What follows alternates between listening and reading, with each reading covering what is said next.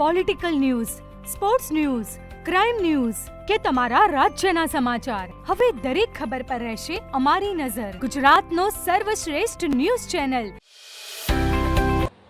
પાટણમાં ભગવાન જગન્નાથજીની રથયાત્રાના સુચારુ આયોજન માટે કલેક્ટરશ્રીના અધ્યક્ષસ્થાને સંકલન બેઠક યોજાઈ. આગામી તારીખ 16/7/2026ના રોજ પાટણ શહેરમાં યોજાનાર ભગવાન શ્રી જગન્નાથજીની 144મી ઐતિહાસિક અને પરંપરાગત રથયાત્રાના સુચારુ આયોજન, કાયદો વ્યવસ્થાની જાળવણી અને વિવિધ વિભાગો વચ્ચેના સંકલન માટે આજે પાટણ જિલ્લા કલેક્ટરશ્રીના અધ્યક્ષસ્થાને એક મહત્વપૂર્ણ બેઠક યોજાઈ હતી. આ બેઠક પૂર્વે પાટણના પ્રાંત અધિકારી શ્રી, પોલીસ ઇન્સ્પેક્ટર શ્રી અને જિલ્લા પોલીસ વડાએ રૂબરૂ મુલાકાત મંદિરની લીધી હતી. તેઓએ રથયાત્રા સમિતિ સાથે પરામર્શ કરી જરૂરી સૂચનો મેળવ્યા હતા અને સમગ્ર રૂટની બારીકાઈથી ચકાસણી કરી હતી. ઉચ્ચ અધિકારીઓની આ સક્રિય કામગીરીથી શ્રી જગન્નાથજી મંદિર ટ્રસ્ટે ભારે સંતોષ વ્યક્ત કર્યો હતો. આજની આ સંકલન બેઠકમાં રથયાત્રા સમિતિના પ્રમુખ અને શ્રી જગન્નાથજી મંદિર ટ્રસ્ટના મેનેજિંગ ટ્રસ્ટી આચાર્ય પિયુષભાઈએ રથયાત્રામાં ઉમટી પડતા આશરે 2 લાખ શ્રદ્ધાળુઓની સુરક્ષા અને સુખાકારી માટે વિસ્તૃત રજૂઆત કરી હતી. તેમણે લિખિતમાં 16 જેટલા મહત્વપૂર્ણ મુદ્દાઓ અંગે તંત્ર સમક્ષ મૂક્યા હતા, જેમાં રથયાત્રાના માર્ગનું સમારકામ, નડતરરૂપ વૃક્ષોની ડાળીઓ કાપવી, સ્પીડ બ્રેકર દૂર કરવા, સંવેદનશીલ વિસ્તારોમાં સીસીટીવી અને ડ્રોન સર્વેલન્સ ગોઠવવું, જર્જરિત ઇમારતો અને રખડતા ઢોરોના પ્રશ્નોનું નિરાકરણ લાવવું તેમજ ટ્રાફિક ડાયવર્ઝન અને અવિરત વીજ પુરવઠા જેવા મુદ્દાઓનો સમાવેશ થાય છે. માનનીય જિલ્લા કલેક્ટરશ્રી અને જિલ્લા પોલીસ અધિક્ષકશ્રીએ આ તમામ સૂચનોને ખૂબ જ હકારાત્મક રીતે સ્વીકાર્યા હતા અને કોઈ પણ અનિચ્છનીય ઘટના ન બને તથા રથયાત્રા સમયસર સંપન્ન થાય તે માટે ઉપસ્થિત તમામ વિભાગોના અધિકારીશ્રીઓને તાત્કાલિક ધોરણે કામગીરી પૂર્ણ કરવા કડક સૂચનો અને માર્ગદર્શન આપવામાં આવ્યું હતું. આ પ્રસંગે રથયાત્રા સમિતિના પ્રમુખ આચાર્ય પિયુષભાઈએ પોતાના અનુભવો વાંગોળતા જણાવ્યું હતું કે હું છેલ્લા 27 વર્ષથી મંદિરમાં ટ્રસ્ટી તરીકે સેવા આપું છું અને રથયાત્રાનું આયોજન કરું છું. મને એ વાતનો વિશેષ સંતોષ છે કે 27 વર્ષના લાંબા સમયગાળામાં જિલ્લા વહીવટીતંત્ર અને પોલીસ વિભાગ તરફથી હંમેશા સંપૂર્ણ સાથ સહકાર મળતો રહ્યો છે. વર્તમાન સમયના તમામ અધિકારીઓ ખૂબ જ પોઝિટિવ છે અને વિશેષ પ્રકારે રથયાત્રામાં સહકાર આપી રહ્યા છે. આગામી સમયમાં પણ પાટણને આવા જ કાર્યદક્ષ અને સહકારી અધિકારીઓ પ્રાપ્ત થાય તેવી હું ભગવાનને પ્રાર્થના કરું છું. અંતમાં શ્રી જગન્નાથજી મંદિર ટ્રસ્ટે જિલ્લા વહીવટીતંત્ર અને પોલીસ વિભાગના હકારાત્મક અભિગમ બદલ હૃદયપૂર્વક આભાર વ્યક્ત કર્યો હતો અને આ ઐતિહાસિક રથયાત્રાના સફળ આયોજન માટે તંત્રને સંપૂર્ણ સહયોગની ખાતરી આપી હતી. અહેવાલ જેનિશ કે પટેલ, પાટણ. મંદિરના આવવા માટેના ચારે રસ્તા બહુ સાંકડા છે. મંદિર 200 વર્ષ પહેલા નિર્માણ થયેલું. એ આયોજકોને કદાચ ખ્યાલ પણ નહીં આવે કે ભવિષ્યમાં આટલો વિકાસ થશે, આટલી મોટી રથયાત્રા થશે. હવે એક બાજુ વીઆઈપી અને ઉચ્ચ અધિકારીઓની ગાડીઓ આવે અને પછી બહાર નીકળવાનો માર્ગ નથી હોતો, કારણ કે દર્શનાર્થીઓ ગમે ત્યાં પાર્કિંગ કરી દે એના વાહનો, સ્કૂટર, સાયકલ. મોટા વાહન તો કોઈ લાવવાની શક્યતા નથી હોતી, પણ સ્કૂટર, સાયકલ પણ એવા નડતરો પાર્કિંગ કરી જતા રહે, શોધવો ગયા. પોલીસના મિત્રો ગમે તેવી દોડધામ કરી કેટલા સ્કૂટરો ઉચકી લઈ જાય, એ પોસિબલ નથી હોતું. એસપી સાહેબનું ગઈકાલે જ અમારા મંદિરે આવ્યા હતા. ગઈ વખતે પણ એમને તો રથયાત્રાનો બહુ અનુભવ છે, કોઓપરેટિવ અધિકારી છે, એમનું પણ ત્યાં પ્રત્યક્ષ પણ ધ્યાન દોર્યું હતું કે જો આગલા દિવસે રાતે 2 વાગ્યાથી આપણે હિંગળાજર ચોક છે એનાથી પ્રવેશ બંધ કરી દઈએ, દર્શનાર્થીઓ પગે ચાલીને આવે.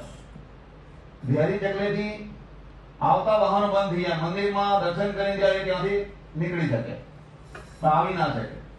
અને અમારા પર્સનના 15 ટ્રેક્ટર હોય ઝાંખડી ગલીમાં.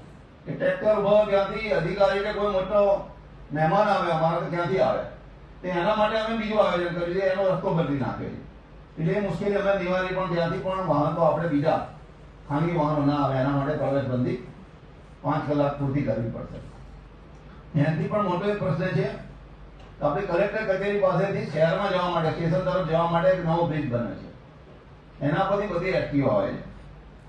રથયાત્રા લગભગ 4 થી 5 વાગે સ્ટેશન પર આવી જશે. 5 વાગે તો રથ આવે, યાત્રા તો વહેલી આવી જશે. એ દરમિયાન એસટી આવશે તો બધું જામ થઈ જશે, નહીં એસટી જઈ શકે, નહીં રથયાત્રા પસાર થઈ શકે. તો એક દિવસ પૂરતું એને ડાયવર્ટ કરી દેવામાં આવે. એ એસટીઓ જમણી બાજુ વન વે કરી અને જે આપણે આદર્શ વિદ્યાલય છે ત્યાંથી સ્ટેશને જાય તો એસટીને પણ મુશ્કેલી નહીં પડે અને રથયાત્રાને નડતર નહીં બને. એ ખાસ સંબંધિત અધિકારીને સૂચના આપીને કામ કરાવવું અત્યંત જરૂરી છે, નહીંતર બધી અવ્યવસ્થા થાય એવી શક્યતા છે. આપણું આદર્શનો જે બ્રિજ છે ને વન વે છે ત્યાં ક્રોસ નહીં થાય સામસામે બસ. પણ એક દિવસ વનવે થાય જવા માટે થાય, ત્યાંથી આવવાના છે. આપણો પહેલો રથ છે કોઈનું સિનેમા સુધી હશે. રથયાત્રા શરૂ થાય મુવમેન્ટ થાય ત્યારે 2-2.5 વાગ્યાનો સમય થઈ જશે, બરોબર? તો આપણો જે બગવાડાવાળો જ્યાં નવા બસ સ્ટેશન બાજુ જવાનું એ મુજબ થઈ અને બસો તો એક જ બાજુ જવાનું એની ચાલે એવું જ ના હોય સાહેબ, તમે રથયાત્રા જોઈ નથી પાટણની. 100 આઈટમમાં રથ તો છેલ્લે આવે, રથની પાસે 15 પ્રસાદી ટ્રેક્ટરો છે. મારી રથયાત્રા મંદિરથી નીકળશે ને એ પહેલા કોઈનો સિનેમા આગળ તો અમારી પહેલો નિશાન ડેપો ઉભો હતો. પછી આપણે 12 સમય પૂરતું 11 ત્યાં તો આપણું જીઆઈડીસી ની સામે પેલું જૂનું બસ સ્ટેશન હતું ને, ત્યાં પેસેન્જરને ડ્રોપ કરી દે. 5 કલાક માટે જે બસો આવતી એટલી બસનું મેનેજમેન્ટ કરવાનું જરૂરી છે, તો પણ આ પ્રશ્નને આપણે નિવારી શકીશું. સાંજે સાહેબ આ કેવું છે ડેપો ઉપર પબ્લિક ભેગું થશે અને એ લોકોને આઈડિયા ને બસ નથી આવવાની ત્યાં પ્રોબ્લેમ ક્રિએટ થશે કારણ કે પછી બહુ ક્રાઉડ ભેગું થાય પછી એમને સમજાવવા કાઢા છે. આપણે એડવાન્સમાં કરવું પડે અને એની લોકોને ખબર પડવી છે. ત્યાં તમે બોર્ડ મૂકી દો સાહેબ બસ સ્ટેશનમાં અત્યારથી. અધરવાઇઝ જો આપણે પાસે સમય છે. જે વાત કરે છે ને પિયુષભાઈ એ ખરેખર ગંભીર છે. એક દિવસ પૂરતી પ્રાઇવેટ વાહન તો બંધ કરીએ જ છે આપણે, પણ બસ કરવી પડશે.